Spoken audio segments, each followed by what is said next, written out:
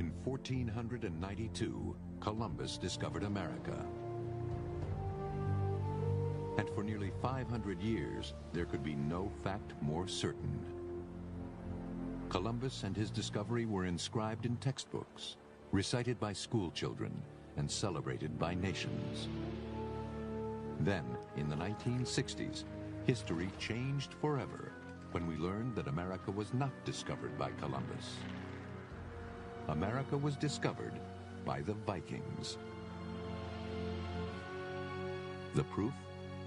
A wrinkled piece of parchment called the Vinland Map, claimed by experts to be the first to depict America.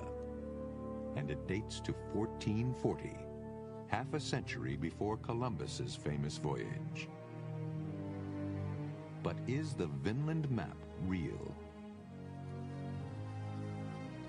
If it's a fake, it was done by a master of forgery. It's too complicated.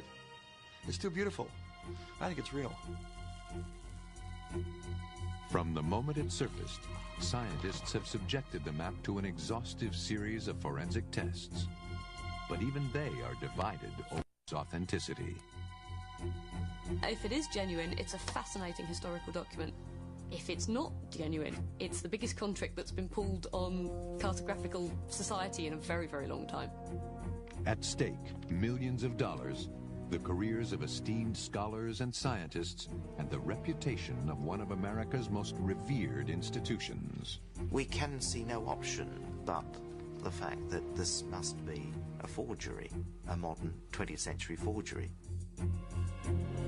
From ancient libraries in Nazi-occupied Austria to space-age labs in California, the race is on for the truth. Is the Vinland Map fake or real? Can science provide the answer?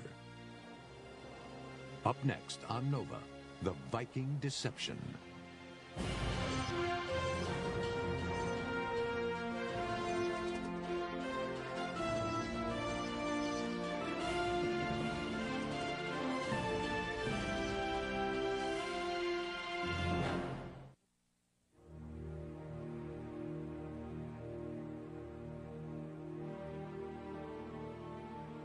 Here at the showpiece Beinecke Library, Yale keeps the Vinland Map safe for future study.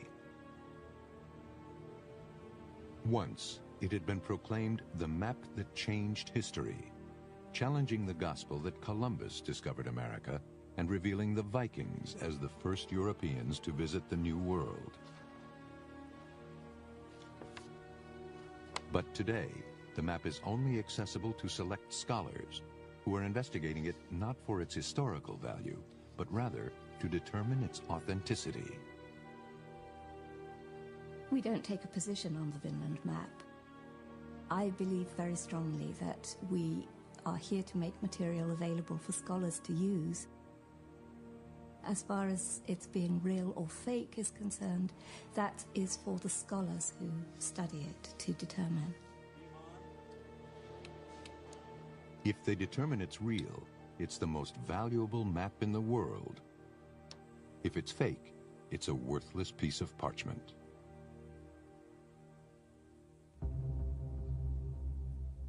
London, the year 1957. Two book dealers arrive at the British Museum. One is J.I. Davis, an Englishman. The other, an Italian, named Enzo Ferraioli.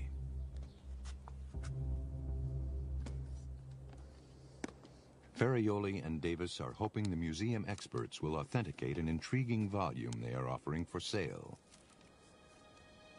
The bulk of the book is a medieval manuscript called the Tartar Relation. The Tartar Relation is an account of a 13th century papal mission to gather intelligence on the court of the Mongol rulers with their great military capability. The manuscript Ferraioli and Davis are offering was transcribed by monks in the 15th century and bound together with a world map that appears to illustrate the text.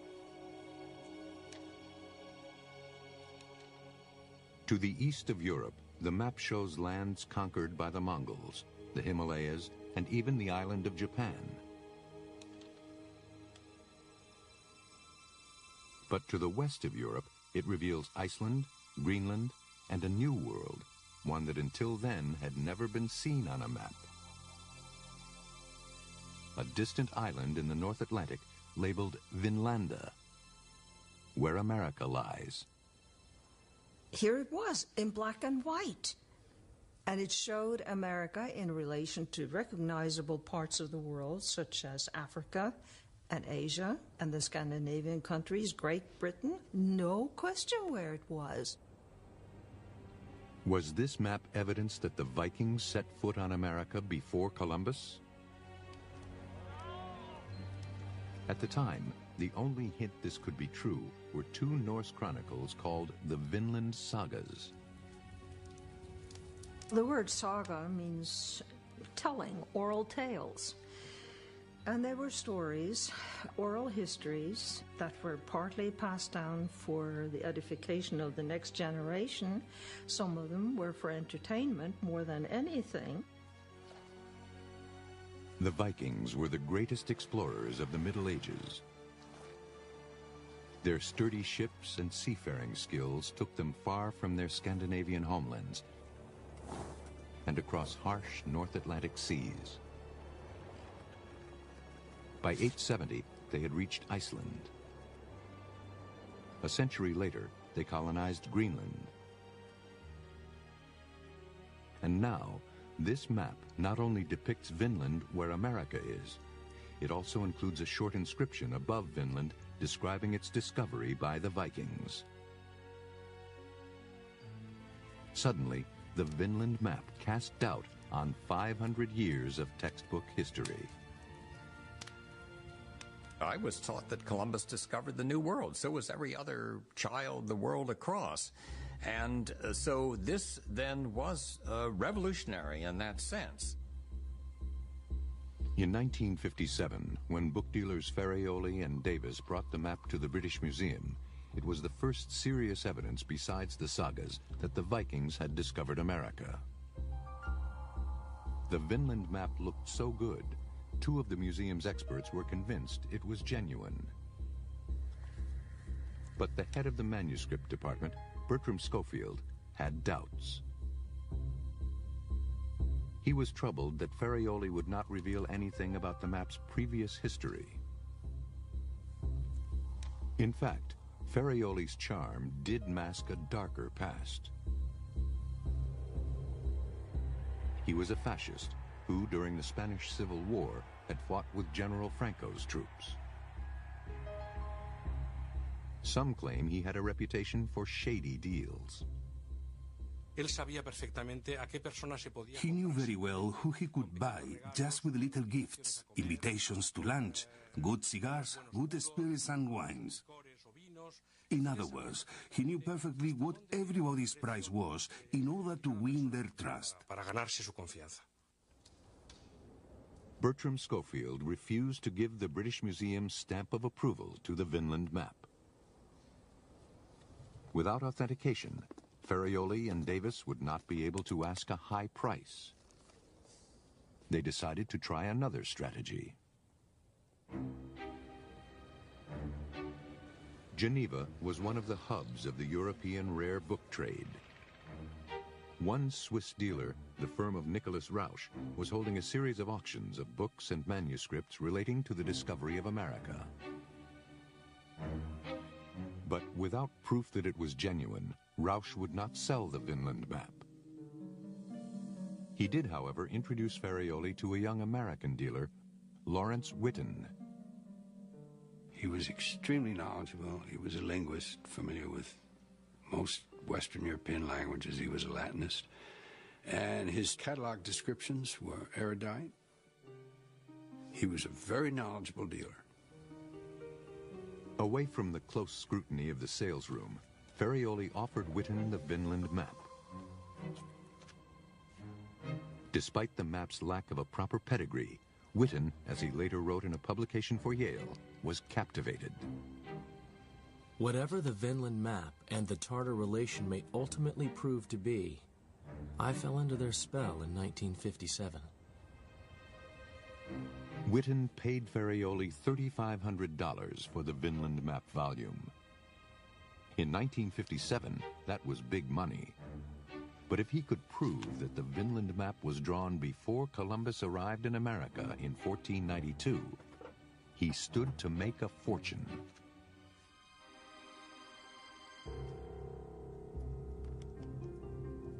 At his home near Yale, where he had been a graduate student, Witten turned detective. He started by trying to date the manuscript with which the map was bound, the Tartar Relation. The Tartar Relation was mainly written on paper, and Witten discovered faint watermarks of an ox's head.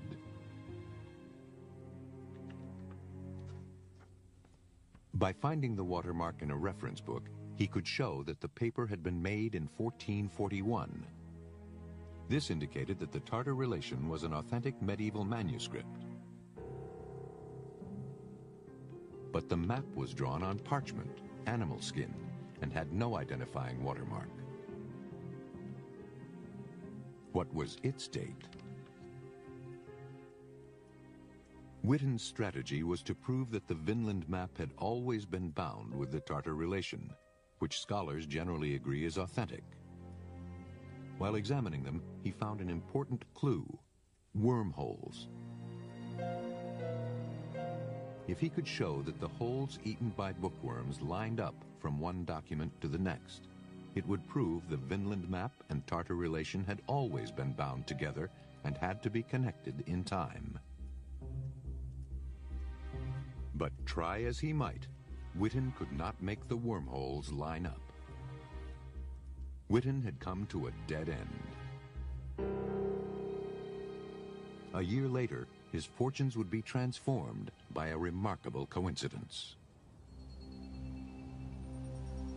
A friend from Yale's Sterling Library brought Witten part of a well-known medieval history by a Dominican friar named Vincent of Beauvais.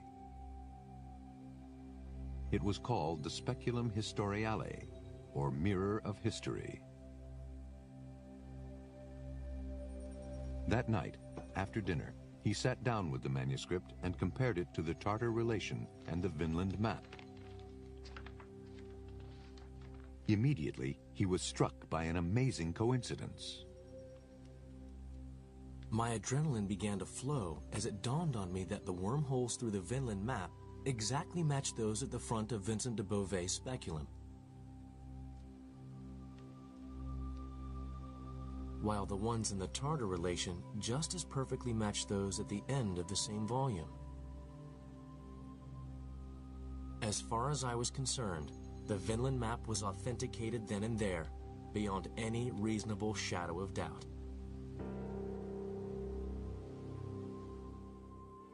It now appeared that the Vinland map had once been part of a medieval volume containing two authentic ancient documents. The map was at the front of the volume, next came the Speculum Historiale, and finally the Tartar Relation. Bookworms had eaten through the manuscripts, leaving the wormholes as evidence, linking the map with the speculum and the speculum with the Tartar Relation. Witten was convinced the Vinland map was real.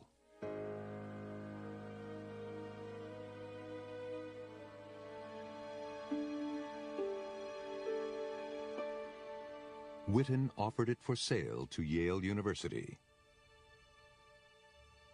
Alexander Vitor, the curator of the map collection, turned to one of the university's wealthiest and most generous alumni for help.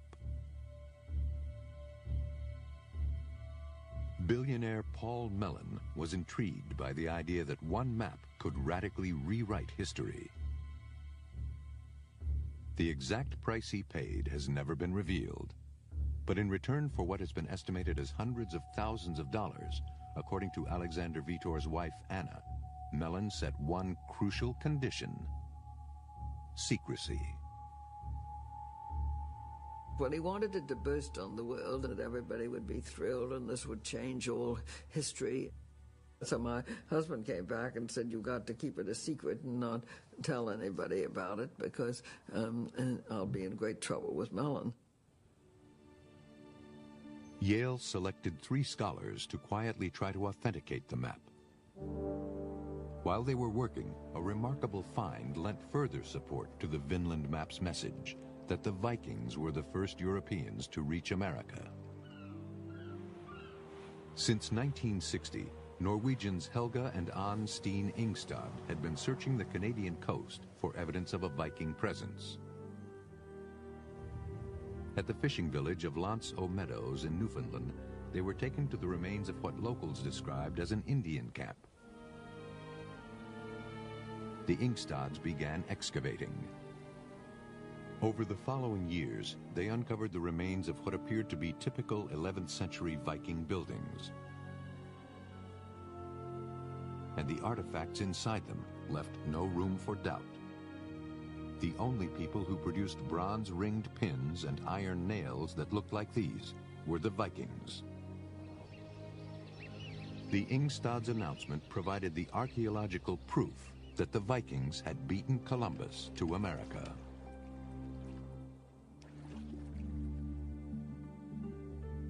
By 1965, Yale was prepared to reveal its closely guarded secret to the world. The three scholars had completed a lavish book in preparation for the Vinland map's unveiling. The only decision that remained was the exact date for the launch. Yale's benefactor, Paul Mellon, was consulted. Everybody in those days had a featherweight diary, and Mellon got his out. I'm going to be shooting, I'm going to be fishing, I'm going to be, and so forth and so on. Suddenly, on October 11th, he was going to be at a meeting up near New Haven, and so he said that will be the perfect time. Mellon's choice of date could not have been more provocative. October 11th was the eve of Columbus Day, the holiday commemorating Columbus's discovery of America. The launch party was a lavish affair. Its centerpiece was an ice sculpture of a Viking longboat created by Yale's chefs. As ambassadors mingled with academics, Alexander Vitor playfully donned a helmet sent as a gift by the King of Norway. The Vinland map was toasted as a crowning achievement for Yale and its billionaire benefactor. But from the press and certain sectors of the public, news of the map was greeted with hostility.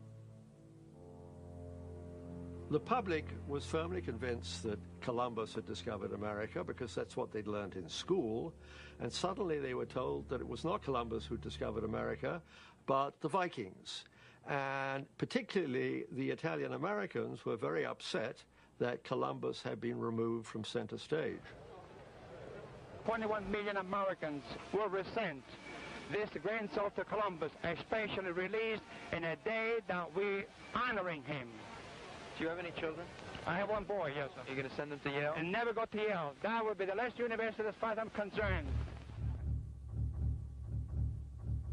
Beyond bruised pride and public outrage, there were serious concerns about the secrecy surrounding the map prior to its unveiling. Authenticating the map is a very big task. It requires one to have a lot of knowledge about orthography, paleography, material science, history, and in particular Old Norse history. And it was really ridiculous to think that any three people could pass a professional judgment on all these aspects. A year after the map's formal unveiling, Yale, with the Smithsonian Institution, held a conference inviting a wider range of specialists to examine the map. These scholars pointed out strange anomalies and raised serious questions. Why was the Vikings' own Scandinavian homeland drawn so crudely? Why was Greenland accurately portrayed as an island, even though it was not circumnavigated until the late 19th century? And perhaps the most damaging piece of evidence to challenge the map's authenticity, the fact that Vikings had never been known to make maps. Their navigation skills relied instead on their knowledge of the environment. They'd have been far more aware of what was going on around them. If it suddenly clouded over and you couldn't navigate, what direction was the wave coming in? Well, just keep the wave the same aspect of the boat and we know we're going to stay on course. Whereas we link up to a satellite to know where we are, they would use all these natural things around them to say, look, I'm about here. They had their sailing knowledge in their heads, and they conceived of their world not in terms of drawing diagrams that other people could see. There's literally not a single map that shows any kind of cartographical drawings from the Norse in the Middle Ages. As the chorus of doubt around the map's legitimacy grew, Yale decided that scientific tests might help prove the Vinland map real. At New Year 1967, the map, the speculum, and the Tartar relation were flown to London, back to the British Museum. There, all three manuscripts were examined under ultraviolet light. The test revealed that inks from the Tartar relation and Speculum Historiale absorbed the ultraviolet light and therefore appeared deep black. But the lines on the Vinland map did not appear black. Instead, they fluoresced.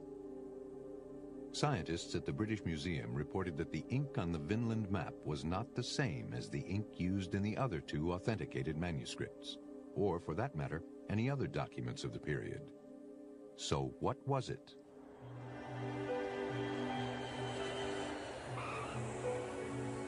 Yale had the map flown back to the U.S. and contacted the Chicago firm of McCrone Associates. Dr. Walter McCrone was famous for pioneering the use of the microscope for forensic analysis. He achieved international fame for investigating the mysteries surrounding the deaths of Napoleon and Beethoven, and for uncovering evidence that the Shroud of Turin, with its image of Jesus, was a fake. Now, McCrone and his colleague Anna Tietzoff turned their investigative skills on the Vinland map. Under low magnification, they found that the outlines on the map seemed to consist not of a single line, but two, one on top of the other. There was a yellow line, and wandering back and forth was a black line, or little pieces of black pigment. The yellow line was very distinct, while the black line was flaking off. McCrone asked Tietzoff to lift tiny samples of the yellow line for analysis. With the polarized light microscope, Tietzoff can control the angle of the light passing through the substance and identify it by the special way it refracts and absorbs that light. On the Vinland map, when the light was shown onto the map's surface, the yellow ink particles appeared white. But when the light was shown through the map, the yellow ink appeared dark. These unique refractive qualities were a vital clue to the ink's ingredients. It was kind of a unique material. It would have to be something like anatase. Anatase is a form of titanium dioxide that occurs naturally as a mineral ore. When refined, its reflective properties make it ideal as an ingredient for paints and pigments.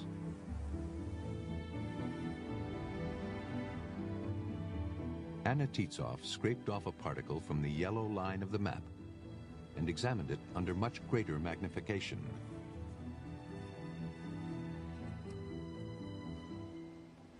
She used a transmission electron microscope, which gives a very precise image of particle size and shape.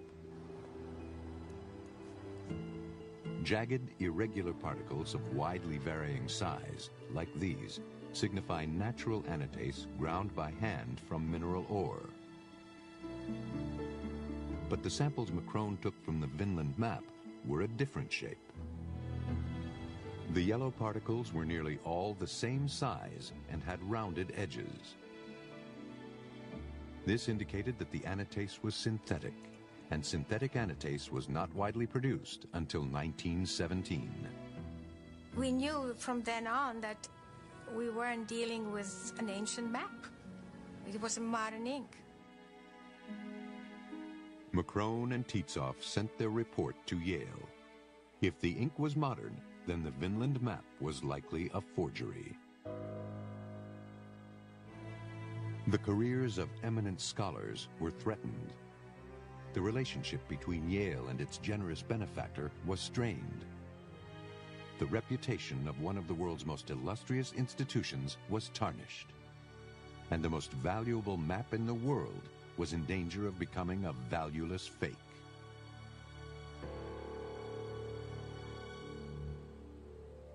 Yale sought a second opinion.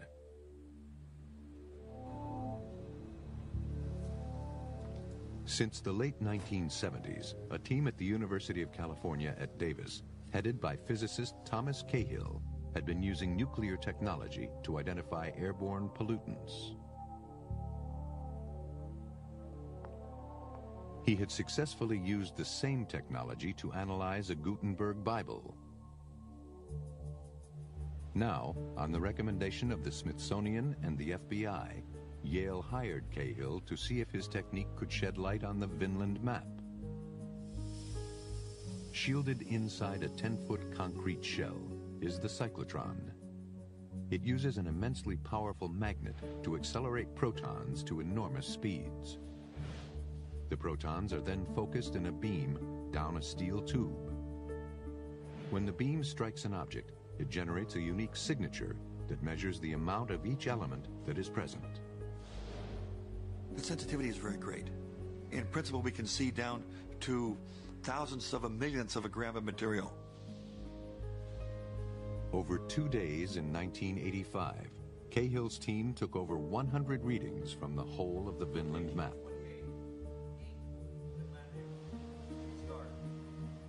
First, they analyzed sections containing both ink lines and parchment. Beam on.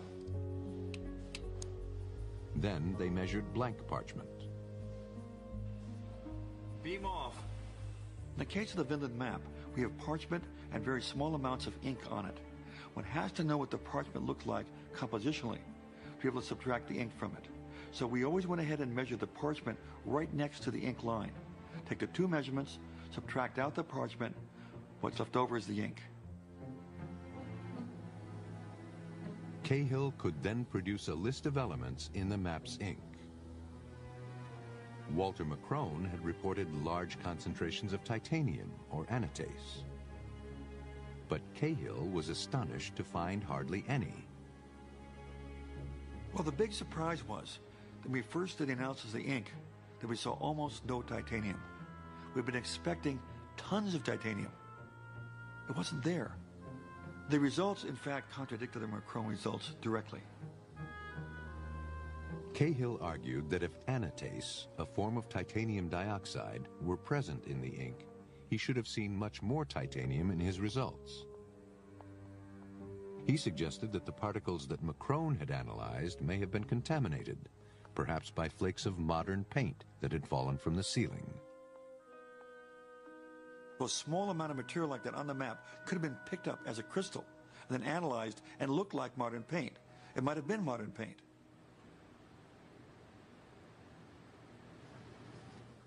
But Anna Tietzoff of McCrone Associates is adamant that her samples came directly from the yellow lines on the map.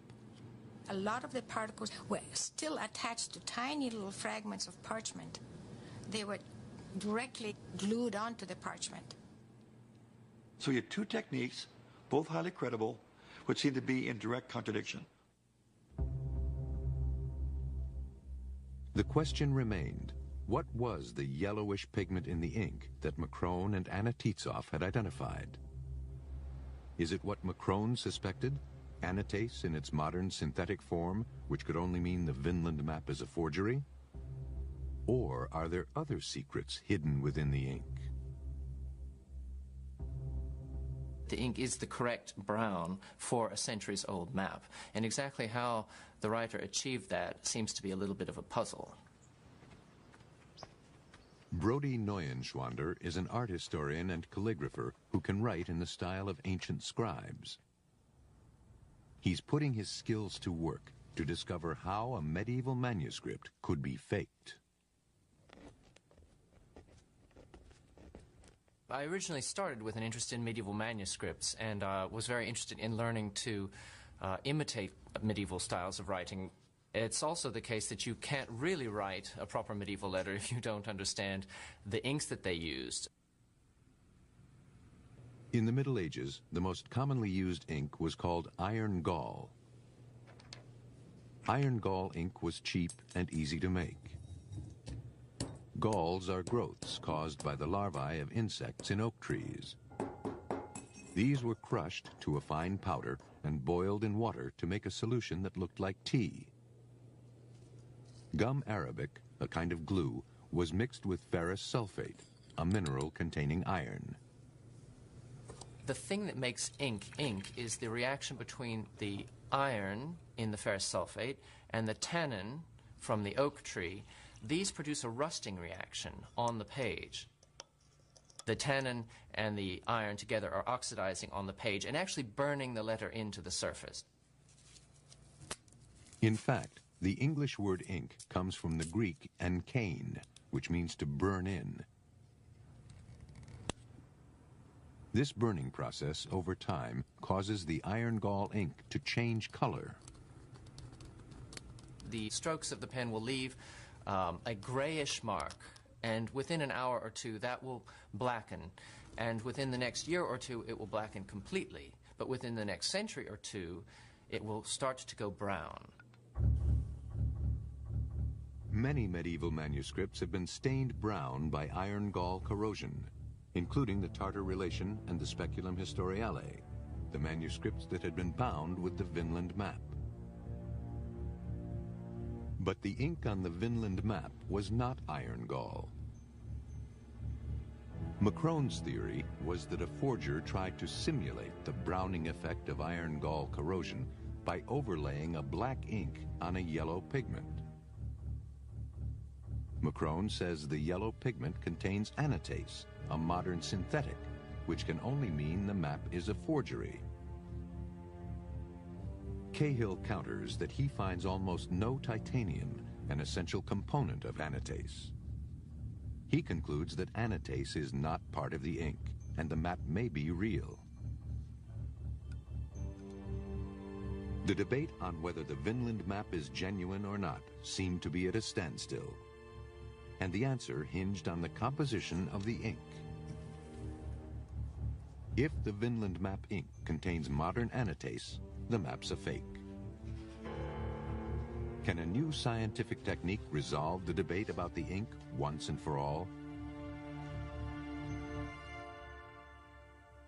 In the summer of 2002, Professor Robin Clark and chemist Catherine Brown were invited to Yale to test the Vinland map using a technique called Raman microprobe spectroscopy.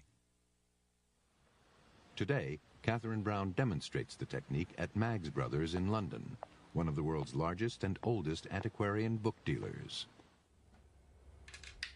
Raman microscopy is a scientific technique that uses lasers to identify materials.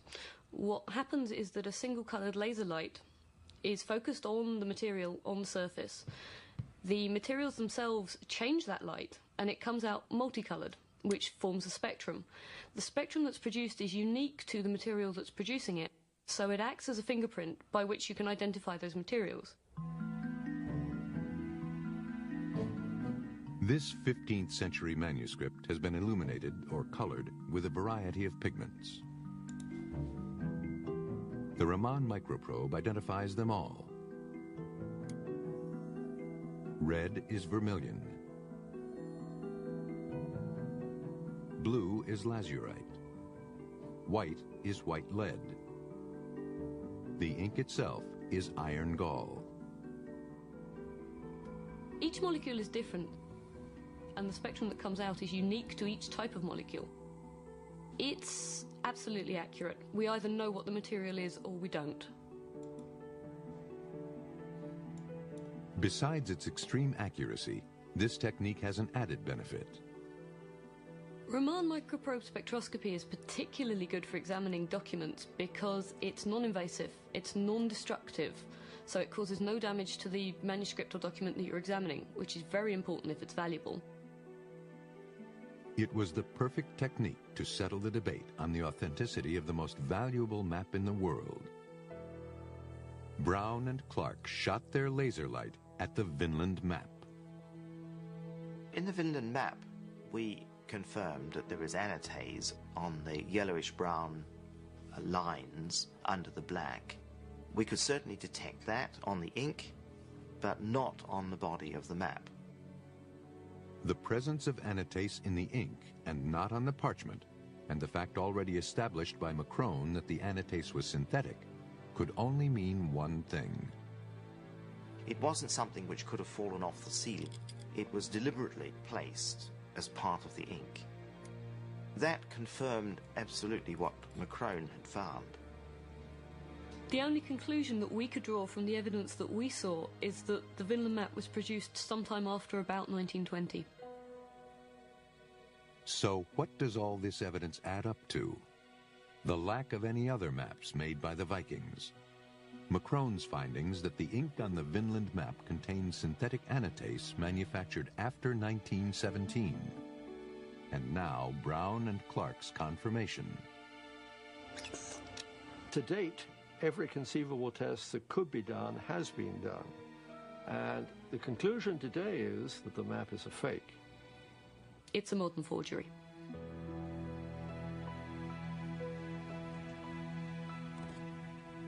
But if the Vinland map is a fake, who is the forger? Can science help solve another mystery at the heart of the Vinland map story? One man seems central, Italian book dealer Enzo Ferraioli. It is through Ferraioli that the Vinland map and the Tartar relation come together. And later, it was revealed that Ferraioli was involved in brokering the Speculum Historiale. Ferraioli made Spain his adopted country, and it is there where important clues to the forgery can be found.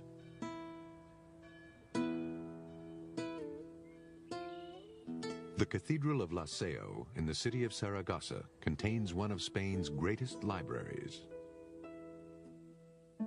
In 1957, a scholar noticed that manuscripts he had previously consulted had disappeared.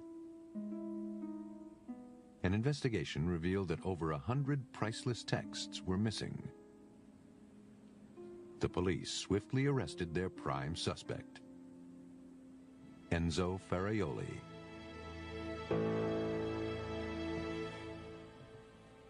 At a special tribunal, the prosecution claimed that Ferraioli had charmed the librarians who allowed him to roam at will through their collection. Apparently, Ferraioli took away the books very slowly. Some he would borrow and wouldn't return.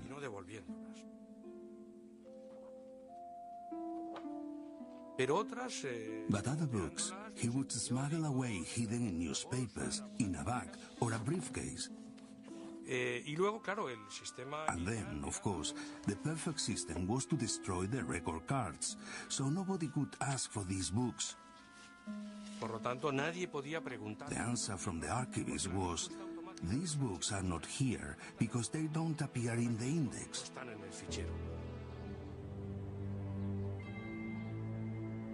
Ferraioli was convicted of the theft and sentenced to 8 years and a day. He was released early due to ill health. No one knows if the Tartar relation and Speculum Historiale were among the documents stolen from Saragossa. But a new witness has come forward with even more incriminating evidence about Enzo Ferraioli's past. Diego Gomez Flores is a retired rare book dealer. He was born in France, but emigrated to Spain after World War II. Gomez first met Enzo Ferraioli in Barcelona and remembers a day in the mid-50s when Ferraioli gave him a lift in his distinctive Fiat Topolino. Ferraioli bragged that he had obtained the manuscript of the Tartar relation and bound it together with a map. He said, They had folded it and placed it in the binding. In order to pass it off as authentic, the map had to be bound in. So it was the form in which they were able to sell the book, as if the map was part of the book.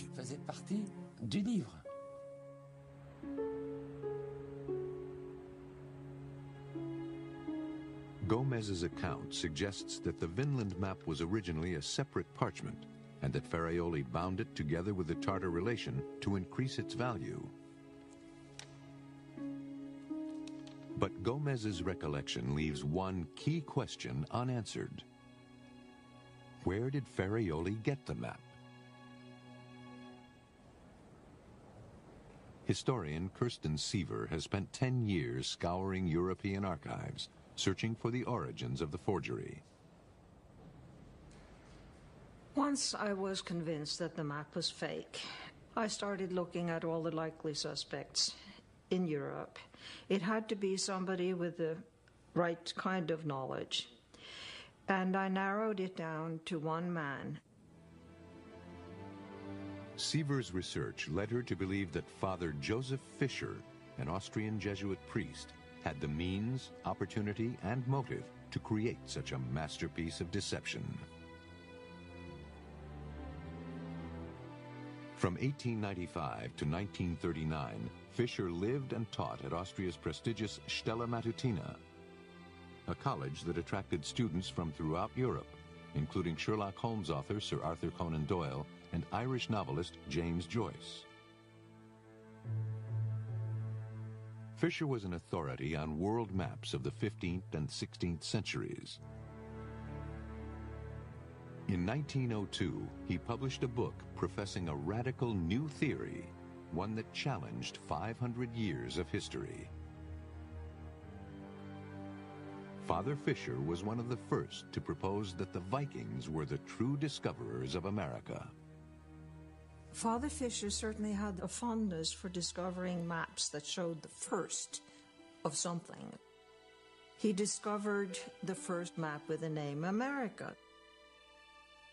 He also believed that there was, of course, a Norse discovery of America, and that the Norse had left a record of where they had been when they sailed to Vinland. Although Father Fischer never found such a map, Siever has uncovered evidence that suggests he had the basic materials and equipment to create his own. His scholarly standing gave him access to blank parchment from medieval manuscripts. Fischer's father was a painter who could have taught him how to mix pigments to make ink look older. Siever has even discovered similarities between Fischer's handwriting and the text on the Vinland map. There are two kinds of handwriting on the Vinland map. Both of them have enough pointers to Father Fischer to make it worth investigating on that alone. But what would have been Father Fischer's motivation? Siever contends that Fischer believed so firmly that the Vikings discovered America that in the mid-1930s he set out to create the map that he thought should exist. He would not have looked upon it as falsifying the cartographic record. I also doubt very much that he made the map deliberately for others to see. I think it was essentially a private exercise. But Father Fischer's private scholarship was about to collide with world history. For in 1938, German forces marched into Austria, seized Stella Matutina College, evicted the priests, and confiscated everything of value, including art, rare books, and, Siever believes, Father Fischer's Vinland map.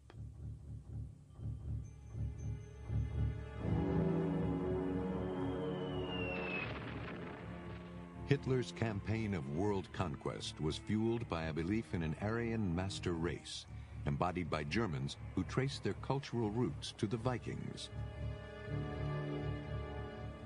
In the hands of the Nazis, the Vinland map would be a historic claim to America and a powerful political weapon.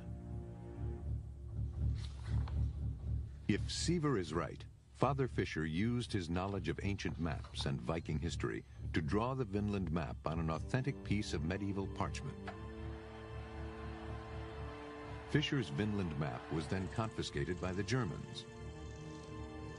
And after their defeat, the map found its way into the hands of known fascist and Nazi sympathizer Enzo Ferraioli.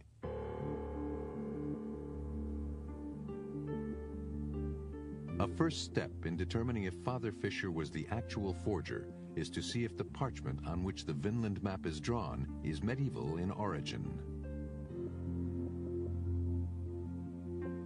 One way to date parchment is by carbon-14 analysis. Since parchment is smoothed animal skin, this technique uses the regular decay of carbon atoms to arrive at a date within a probable range of accuracy. The only problem is the process destroys the sample. But Yale agreed to let a group of scientists under the direction of Garman Harbottle cut the smallest sliver from the map. Here was this thing worth many millions of dollars. It was horribly nervous. I was a nervous wreck during the time the thing was going on. I calculated later that the value of the piece we sliced off was $40,000 or $50,000. And of course, one doesn't do that lightly. One does it very carefully. Harbottle sliced a thin sliver from the map into 6 samples. The first sample tested dated to the 1950s. Thinking the modern date a mistake, perhaps due to contamination or a poor attempt at conservation, Harbottle's team cleaned off the surface of the remaining samples with acetone. Acetone, which should have no effect on parchment at all, was extracting about 30% of the weight.